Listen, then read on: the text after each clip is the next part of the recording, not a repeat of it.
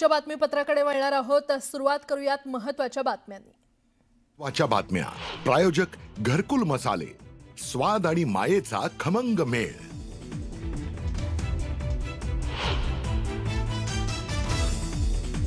नगरपालिका आणि नगरपरिषदांच्या निवडणुकीतील अर्ज मागे घेण्याचा आजचा शेवटचा दिवस। अनेक बंडखोर आणि अपक्ष उमेदवारांच्या मंथणीचे प्रयत्न सुरू।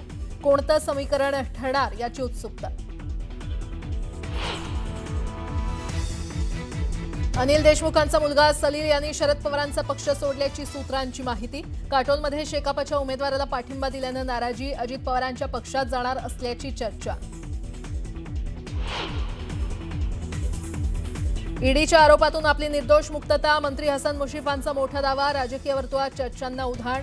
तर मुश्रीफ शरद पवारांसोबत असताना ईडीनं केली होती छापेमारी। हुतात्मा स्मृती दिनानिमित्त मुख्यमंत्री देवेंद्र फडणवीस आणि उपमुख्यमंत्री एकनाथ शिंदेंकडून हुतात्म्यांना अभिवादन। राहुल नार्वेकर आणि मंगल प्रभात लोढांसह नेत्यांचीही उपस्थिती। उद्धव ठाकरे आणि आदित्य ठाकरेंकडून हुतात्मा चौकातील स्मारकाला पुष्पचक्र अर्पण करून अभिवादन। हुतात्मा स्मृती दिनानिमित्त ठाकरेंकडून अभिवादन।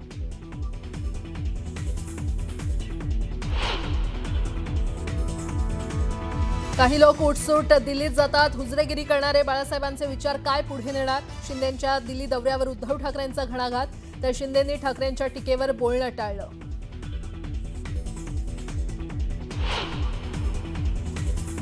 उपमुख्यमंत्री एकनाथ शिंदे आणि वनमंत्री गणेश नाईक आज येणार एकाच मंचावर। नवी मुंबईच्या नेरूळमधील शिवरायांच्या पुतळ्याचं दोघांच्या हस्ते अनावरण।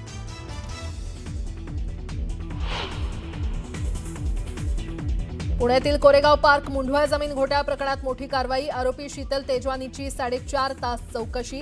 मोठे खुलासे होण्याची शक्यता।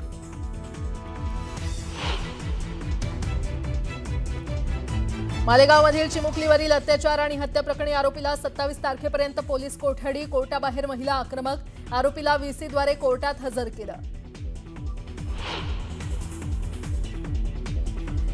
अल फलाह विद्यापीठाचे 200 डॉक्टर यंत्रणांच्या रडारवर। 2008च्या अहमदाबाद स्फोटानंतरही विद्यापीठाचं नाव आलं होतं चर्चेत। रडारवर आलेल्या डॉक्टरांची होणार चौकशी।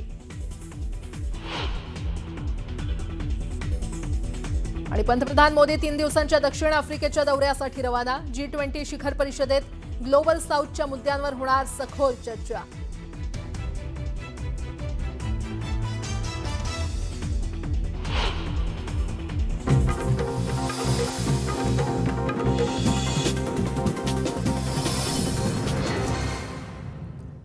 बातमीपत्राच्या सुरुवातीला एक मोठी बातमी। ठाकरेंची सेना काँग्रेसला सोबत घेऊन महाविकास आघाडी कायम ठेवण्यावर अजूनही ठाम आहे। आपली फाटाफूट झाली तर दोघांनाही तोटा होईल असं ठाकरेंच्या सेनेचं म्हणणं आहे। भाजपला प्रत्युत्तर द्यायचं झालं तर विरोधकांची एकजूट राहणं फार महत्त्वाचं आहे असंही त्यांचं म्हणणं आहे।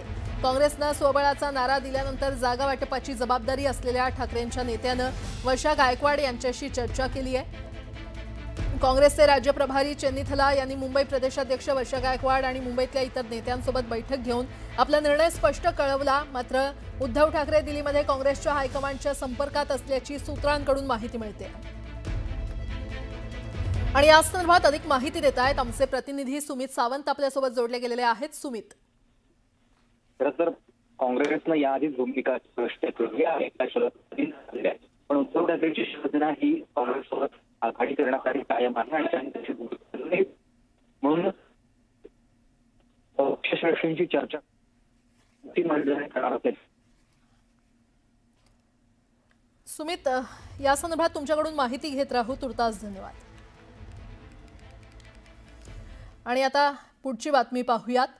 विधानसभा निवडणुकीतलं रिसॉर्ट राजकारण आपण सगळ्यांनी पाहिलंय। अगदी मुंबई गोव्यापासून ते थेट गुवाहाटीपर्यंत रिसॉर्ट राजकारण झालंय।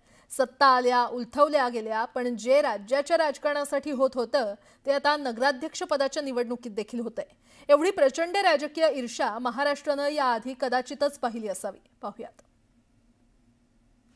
नगरपालिका निवडणुकीत हॉटेल पॉलिटिक्स। कागलमधील शिवसेना आमदार अज्ञातस्थळी।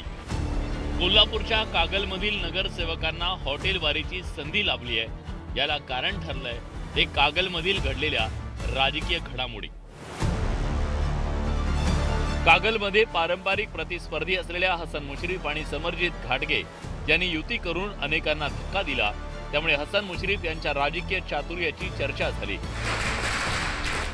याच्या दुसऱ्या दिवशी मुश्रीफ यांनी खेळी करत शिवसेनेच्या उमेदवाराला माघार घ्यायला भाग पाडत त्यांच्या सुनेला बिनविरोध निवडून आणलं। तर ही संपूर्ण निवडणूकच बिनविरोध करण्याचा त्यांनी डाव सुरू केला। मुश्रीफ यांनी पत्ते ओपन करायला सुरुवात करतात शिंदेची शिवसेना सावध झाली। त्यांनी आपले सगळे उमेदवार सहलीला पाठवत मुश्रीफ यांचे मनसुबे धुळीला मिळवले। या आघाडीने पक्षासाठी पाठिंबा दिलेला आहे, उमेदवारी आपली परत घेतलेली आहे। त्याचा योग्य तो सन्मान राखणं, त्यांचं जे योग्य ते काम करणं आणि त्यांच्या पाठीशी खंबीरपणे उभं राहण्याचं काम आम्ही दोघंही करू असा विश्वास या निमित्ताने व्यक्त करतो। आणि आता आम्ही एकत्र आलेलो आहे एकत्र राहण्यासाठी।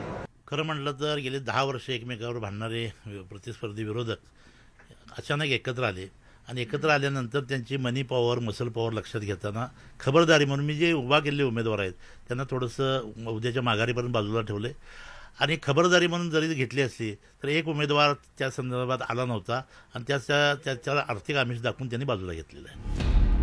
हॉटेल पॉलिटिक्सनं राजकारणातली ईर्ष्या चांगलीच वाढली आहे। मात्र या हॉटेल पॉलिटिक्सवरून आता चांगलीच टीका होऊ लागली आहे। राजकारणी हे धनाधानग्यांचंच झालेलं आहे।